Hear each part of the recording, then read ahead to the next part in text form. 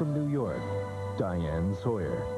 Good evening and welcome to Prime Time, where a little laryngitis never stopped us. Did you know that more teenagers die in traffic accidents than any other cause? Each year, 6,300 teens die on the road, and that's an average of 17 every day. With those numbers in mind, Chief Correspondent Chris Wallace led a primetime experiment to see if he could find out more of what's going wrong. Chris? Diane, in 25 states, kids can get their driver's license at age 16. But more and more experts say that's just too young. They point to the fact that in the vast majority of accidents that kill teenagers, there's no alcohol or bad weather involved. It's just inexperience, poor decision-making. We decided to see what happens when parents give their kids the key to the car. Some did just fine, but not everyone.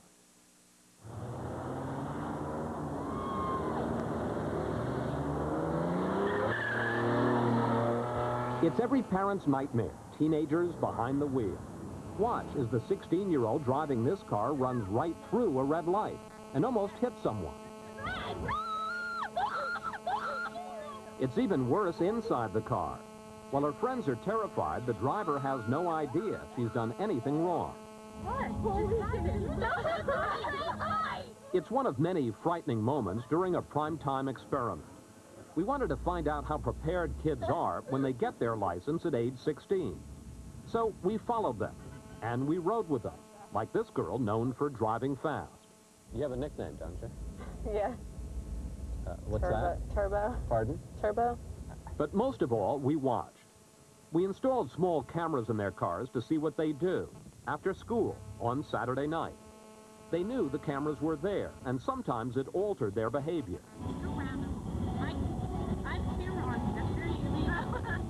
But most of the time, it didn't. The girl at the wheel is Amy Persinger. When we met her last October, the 16-year-old had been driving for 9 months. But her parents still weren't too happy about it. Well, I mean, we were ready to let her drive by herself, but, you know, it was never a really comfortable feeling. You always worry when she's out on the road. I worried when I let her go the first time. I felt like I was holding my breath. I wanted her to call me whenever she got to her friend's house. But you still let her go? Yes, I did. At some point, you know, they have to go off by themselves. Amy, how good a driver are you? I don't think I'm horrible. I mean, I don't think I'm good by any means, and I don't think I'm, like, awful. So you're somewhere between good and not horrible, Right, huh? exactly. The Persingers agreed to participate in our project to see how Amy compares to other drivers. So we found ourselves one Saturday night following Amy and her 7 friends to the homecoming dance. She is running late. Right away, she runs a light turning red. Oh, well, sorry. And down the road, she never sees 2 stop signs. What? That's on TV? Driving conditions in a steady rain are pretty bad, but Amy stays over the speed limit. Here, she's doing 50 in a 40-mile-per-hour zone, and our driver has a hard time keeping up. She's definitely got a nice left foot. We go out with Amy again on Halloween as she drives some friends home from school.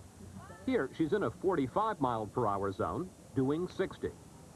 At this intersection, she does come to a full stop. But then she turns past a school bus that stopped with lights flashing.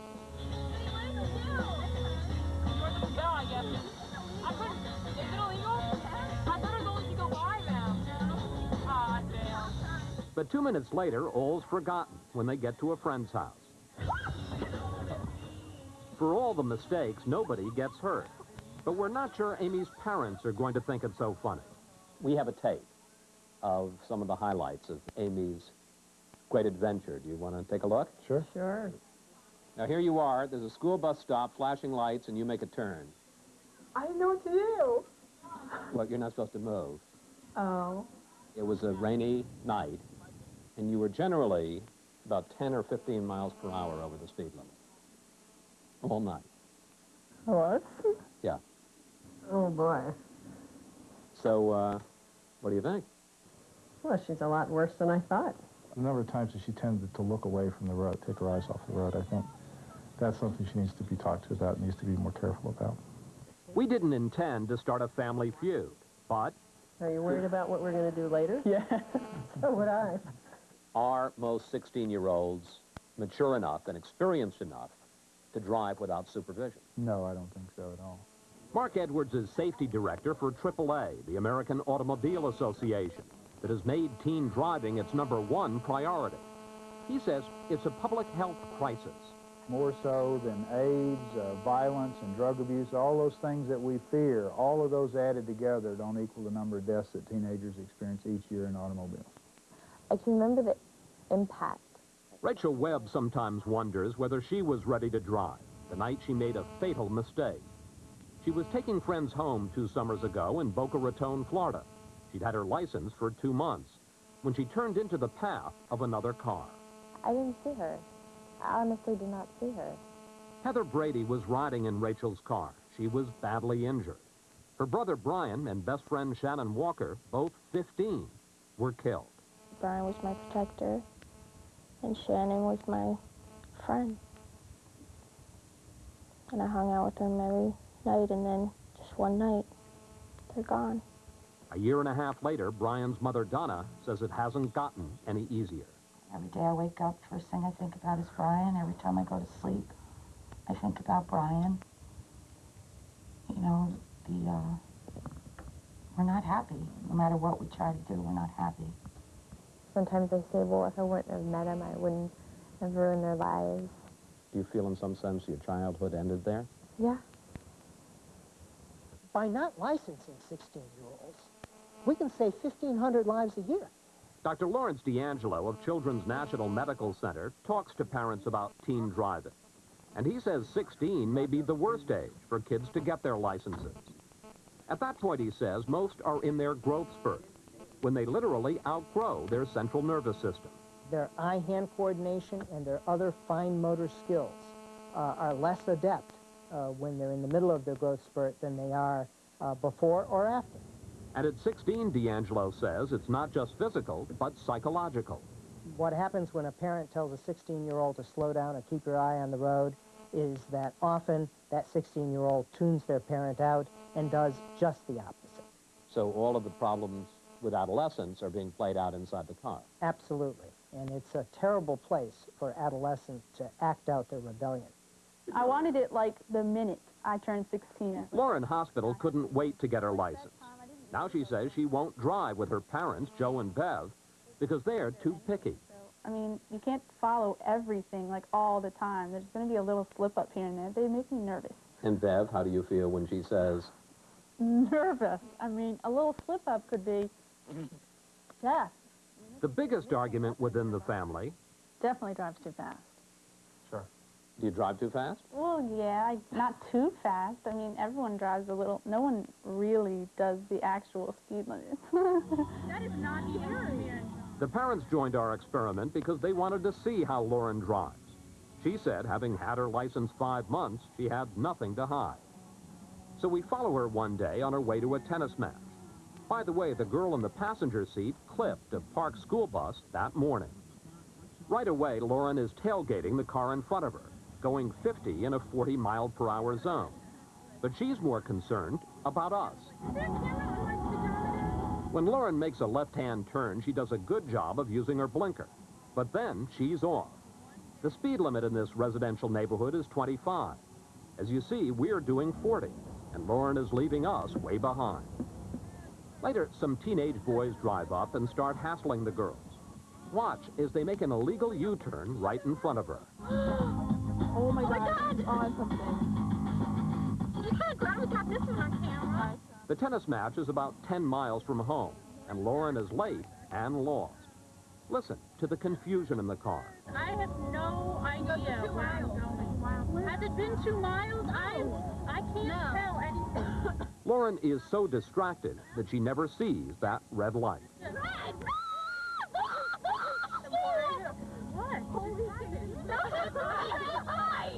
And there's the red light. What do you think?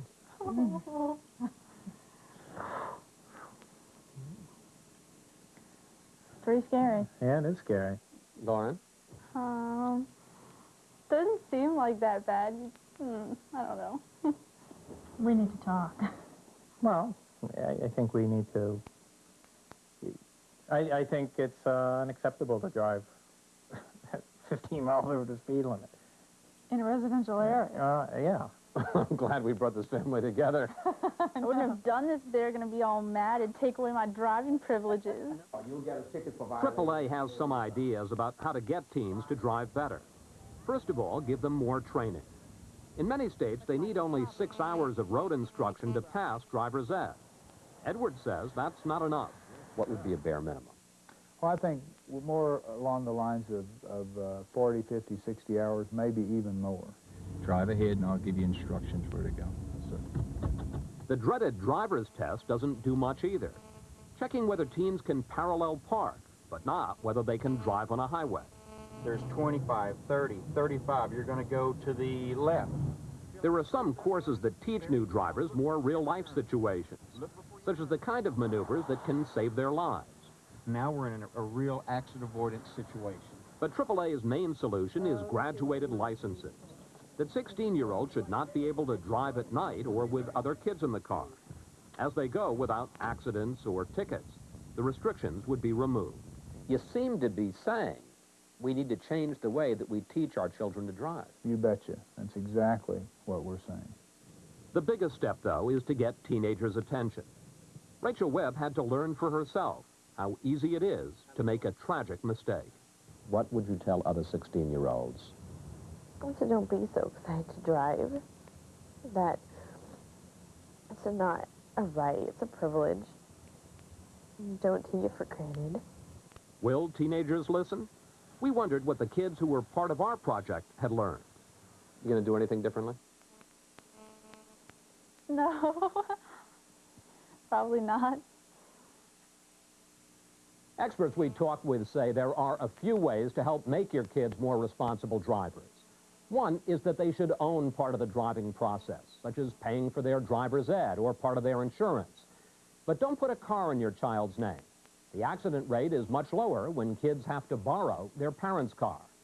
Finally, even after teens get their license, an adult should drive with them the first 500 miles. We'll be right back.